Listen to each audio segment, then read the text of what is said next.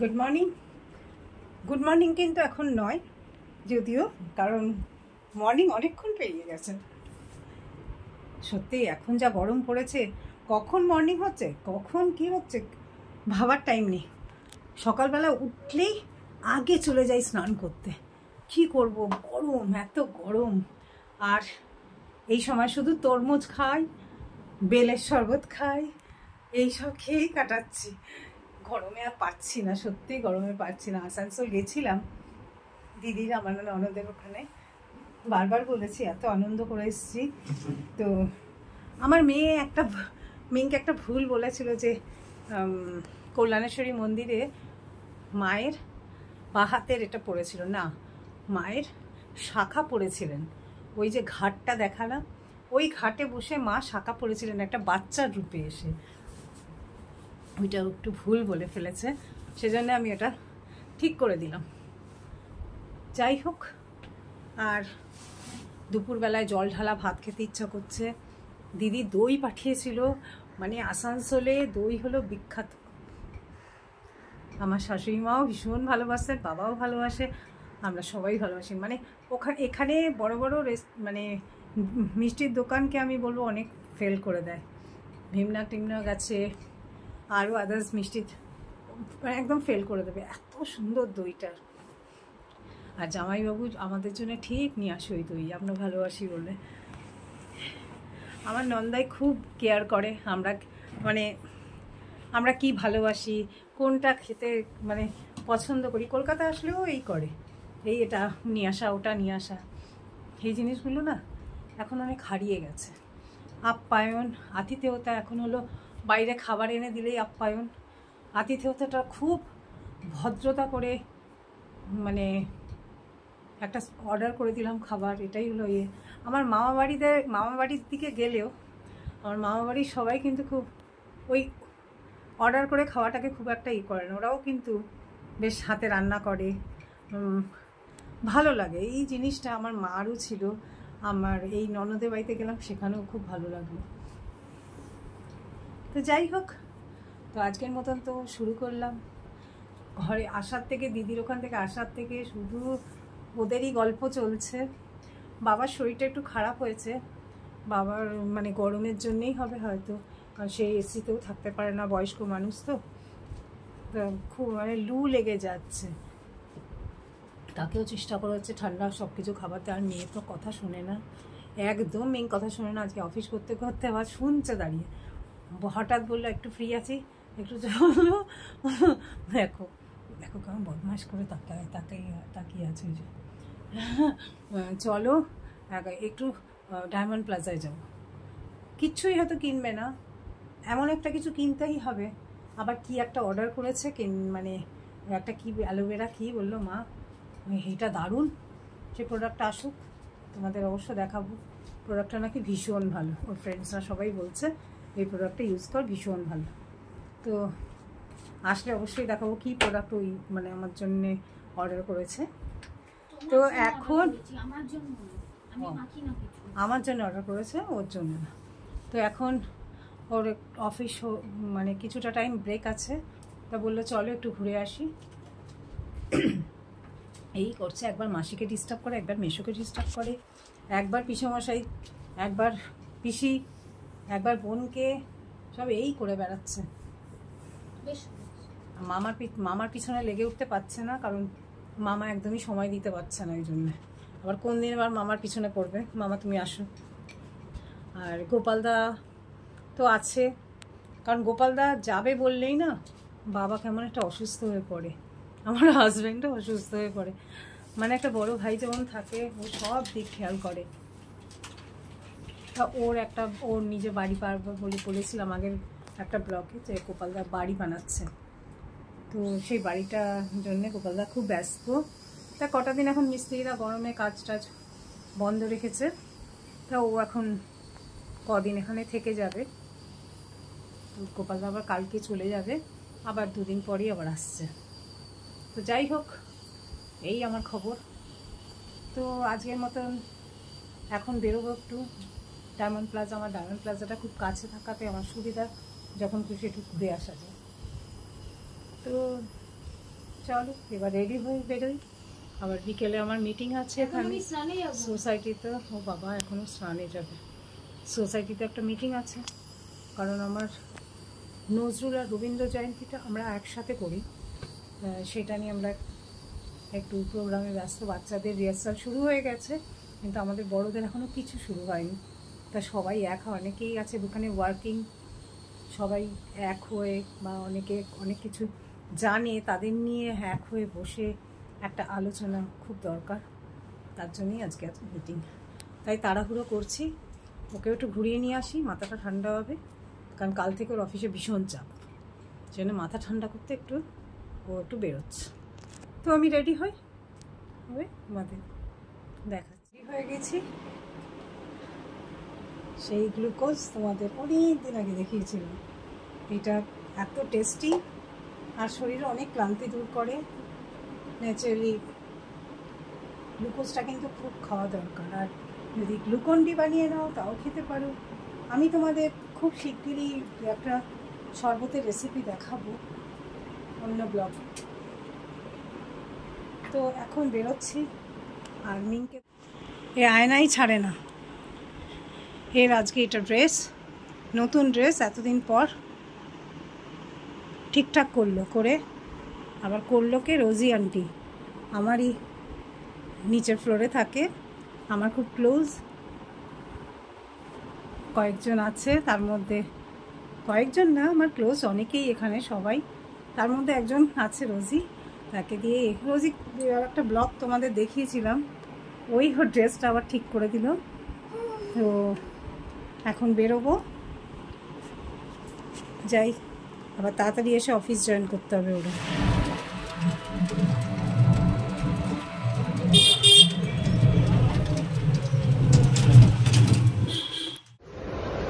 আমরা এখন জামিন প্লাজার টপ ফ্লোরে এসেছি।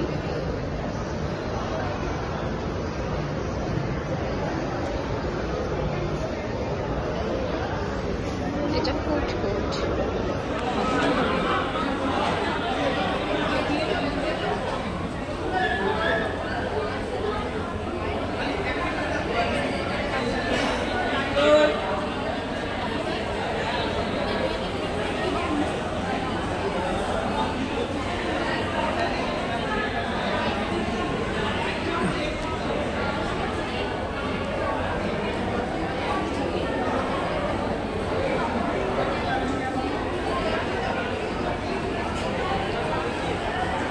এটাই ভালো, এরকমভাবে বসতাম।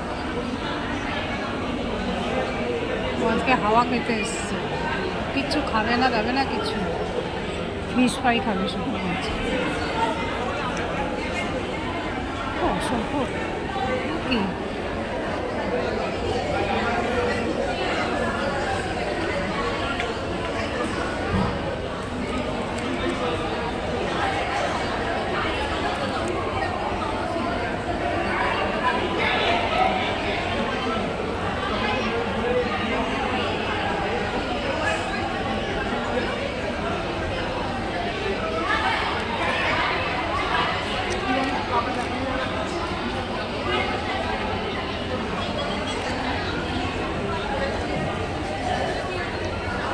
জার্মান প্লাজার ফুড কোর্ট।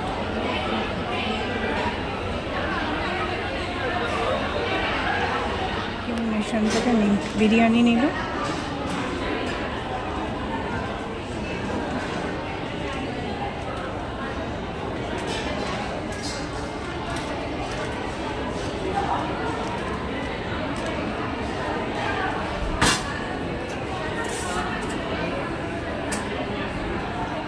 এবার আমরা বাড়ি থেকে রওনা দেব।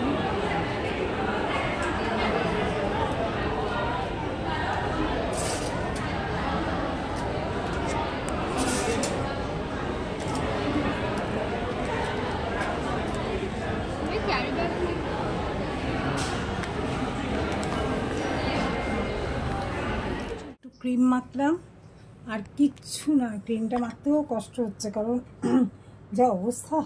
চুলটা একটু আঁচড়ে নেব, নিয়ে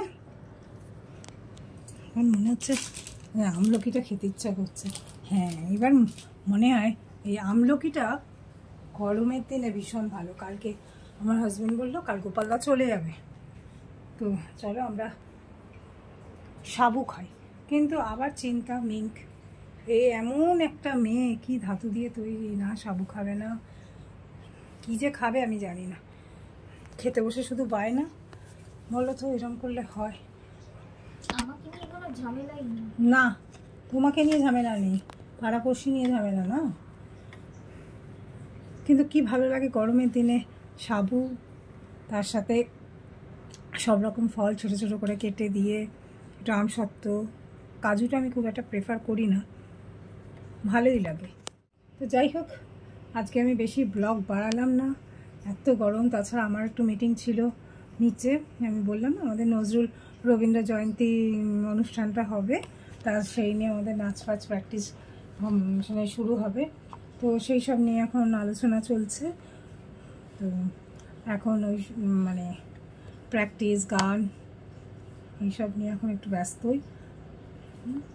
আর তার সাথে একটা কথা তোমাদের যেটা বলবার জন্য আমি আরও চিন্তা করছিলাম, যে প্রত্যেকে বাড়িতে ব্যালকনিতে হোক, ছাদে হোক, কি নিচে কোনো জায়গা থাকলে প্রত্যেকটা মানুষ একটু করে একটা ছোট বাটি বা ভাত বা যা কোনো কিছুতে হোক, বা একটা ছোট বালতি বা মগ, যা সাধারণ মানুষের ঘরে থাকে সব দিয়ে একটু করে জল তোমরা সবাই রেখে দিও। কারণ অনেক পশু পাখিরা যারা জল পাচ্ছে না, জল মানে তেষ্টা পাচ্ছে, কিন্তু জল যা অবস্থা, অত তারা খেতেও পারছে না, কাক বলো, পাখি বলো, মানে যারাই হোক, পশু পাখিদের কথাই বলছি, তারা যেন প্রত্যেকে একটু জল পায়। জলটা এমন জিনিস, আর জল তোমরা কেউ নষ্ট করো না। মানে অনেকে আছে না, বালতিতে জল গরম হয়ে রয়েছে, বালতির জলটাকে ঢেলে ফেলে দিল, কিন্তু এটা ঠিক না। আমার ননদের বাড়িতেও গেছিলাম, তাদেরও দেখেছি গরম জল হলেও তারা ধরে রেখে দেয়। আমিও তাই সেটাই করি, কারণ জল বড় সাংঘাতিক জিনিস। জল না, যা দিন আসছে এরপর জল পাওয়া যাবে কিনা সন্দেহ, এই অবস্থা। আর গরমটাও তো দেখতে পাচ্ছ। আর তোমরা প্রত্যেকে অন্তত নুন চিনির জলটা খাওয়ার চেষ্টা করো, বেল খাও, শরীরটা ঠান্ডা রাখার জন্য লেবু জল খাও। আমি তোমাদের বলেছি, আমি যে কোনো একটা ব্লগে তোমাদের অবশ্যই দু এক রকম শরবত বানানো দেখাবো, যেটা যে সময় ভালো লাগে। এই শরবতটা খুবই ভালো জিনিস। ভালো যে অনেকে মনে করে শরবত মানে ওই সিনথেটিক কোনো একটা কিছু মিশিয়ে খেয়ে নিলাম, বা এই কোল্ড ড্রিঙ্কসের সাময়িক শরীর ঠান্ডা থাকে অবশ্যই, কিন্তু নুন চিনির জল, লেবু, পাতিলেবু, মুসম্বি রস, তরমুজ, এগুলো তোমরা অবশ্যই মানে খেও, কারণ এটা খুব দরকার শরীরের জন্যে। আবার কি প্রশ্ন? কেউ স্নান করতে গেল, যতগুলো বালতি আছে সবগুলোতে গরম জল ধরে রাখলো, তাও যদি গরম জল শেষ না হয়, তখন সে জলটা কি করবে? আবার প্রশ্ন? তাহলে গরম জলটাকে একটু আগে ইয়ে করে রাখবে, সব গরম জল করে একটা ছোট্ট বালতি নিয়ে যাবে, সে বালতিতে করবে, কিন্তু জল একটু নষ্ট করা উচিত না। আমি ওটাই তো বলছি, তোমার ঘরে 4টে বালতি আছে, তুমি স্নান করতে গেছো, দেখছো গরম জল পড়ছে, তুমি 4টে বালতিতে তো জল ভরে রাখলে, যাতে গরম জল নষ্ট না হয়, ভরে রাখলাম, আমি এবার ঠান্ডা জলটা এসে স্নান করলাম, তখনও গরম জল আসছে, তখনও ঠান্ডা জল আসছে না, তখন কি করবে? তখন কি না স্নান করে ঘরে চলে আসবে? সেটা আমি তোমাকে পরে বলবো। তো যাই হোক, তোমাদের যেটুকু বললাম তোমরা সবাই সেটা জানো। তো এই গরমে সবাই ভালো থেকো, সুস্থ থাকার চেষ্টা করো, বাইরে খাওয়া দাওয়াটাকে যতটা পারবে বর্জন করো। আমি বলছি না যে পুরোপুরি বর্জন করো, কারণ ছেলেমেয়েরা অনেকে আছে কাজের সূত্রে বলে তাদের বাইরে খেতেও হচ্ছে, তবে চেষ্টা করবে যতটা না খাওয়া যায়। নিজেকে সুস্থ রাখাটা খুব দরকার, কারণ তারাও ডাল ভাত বানিয়ে নেবে। আর চেষ্টা করো যাতে ভালো থেকো, সুস্থ থেকো। আর আমার সুইট হোম চ্যানেলটাকে তোমরা লাইক করো, সাবস্ক্রাইব করো, আমার পাশে থেকো, অবশ্যই আমার পাশে থেকো। এই দেখো, বাই বাই, গুড নাইট, কালো।